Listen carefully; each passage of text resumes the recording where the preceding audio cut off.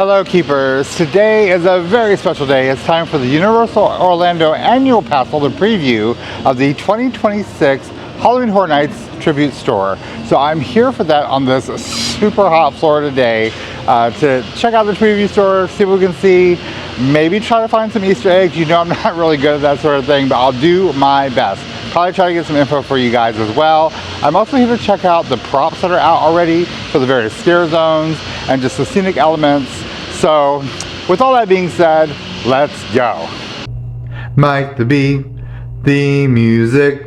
This year's Halloween Horror Nights at Universal Studios Florida is celebrating 35 years of fright. Doused heavily in the carnival and circus theme, Jack the Clown and Dr. Oddfellow are returning as the icons for this season. Our introduction to the event this year is the Infernal Carnival of Nightmares.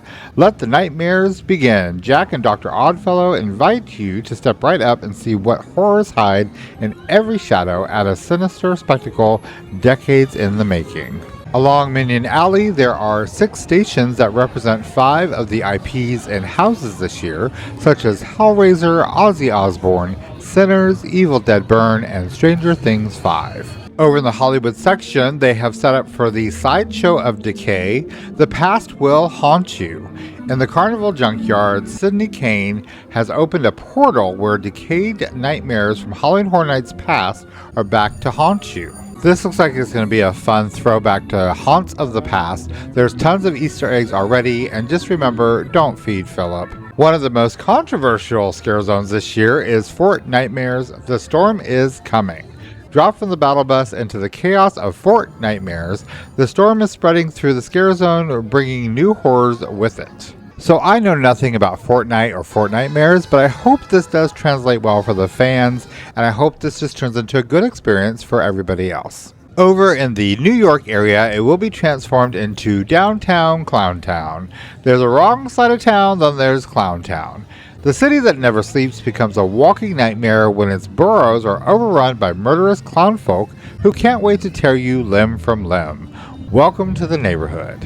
Downtown Clowntown will feature killer clowns from outer space. They have props all over the place. I'm super excited for this. It will also feature Art the Clown. Now, he does have his own stage area, kind of separate from the other part of the New York area. So it'll be interesting to see if these two actually mix and mingle, or if they'll be confined to their own spaces.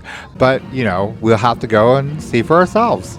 It's time for the tribute store. This year it is the Sideshow Obscura, a haunted traveling sideshow located next to Revenge of the Mummy. We start at the ticket entrance, the eerie gateway where guests first step into the mysterious traveling show. Next you come face to face with oddities and creatures. This is a room filled with bizarre artifacts, strange specimens, and unsettling entities.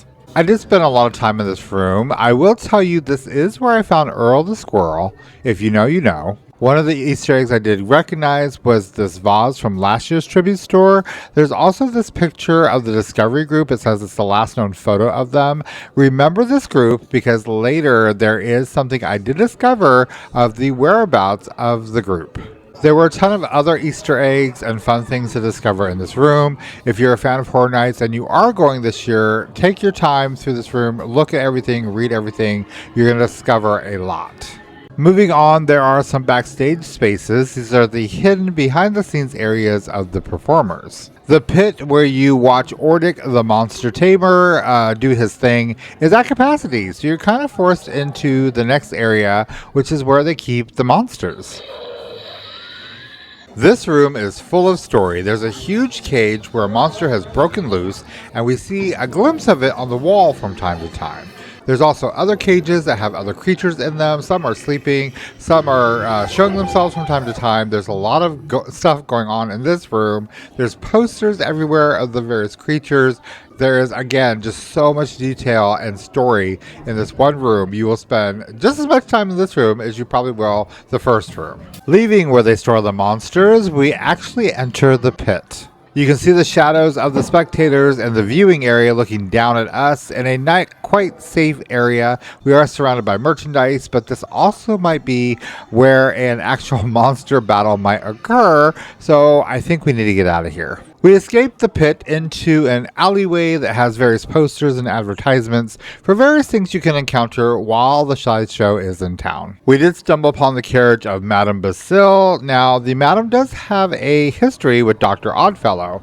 She did assist him when he escaped the dark dimension of the Zodiac. Madame Basile did describe it as a myriad of cosmic untangling. Madame Basile's psychic reading room is right next to her carriage, where she's left her crystal ball and her looking glass. The looking glass does have a few spirits that possibly she's tried to contact, or maybe they're just trapped inside, but I wouldn't get too close if I were you.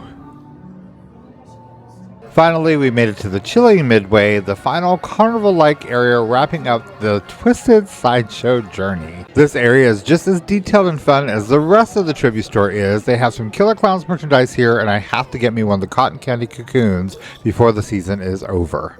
So let's talk scavenger hunt. So these cards are scattered all throughout the tribute store. According to the card, there are 12. Well, there are actually 13. And so I did find the 13th card, but I didn't find all 13. I'm still missing one that I didn't find. So I guess that just gives me another excuse to go back to the tribute store this season. Also, if you see messages like this, there is a secret message decoder next to the curator at the end of the tribute store. This is so you can decode the silly curator messages around the store. Oh, remember our friends I told you to remember for the end of this video?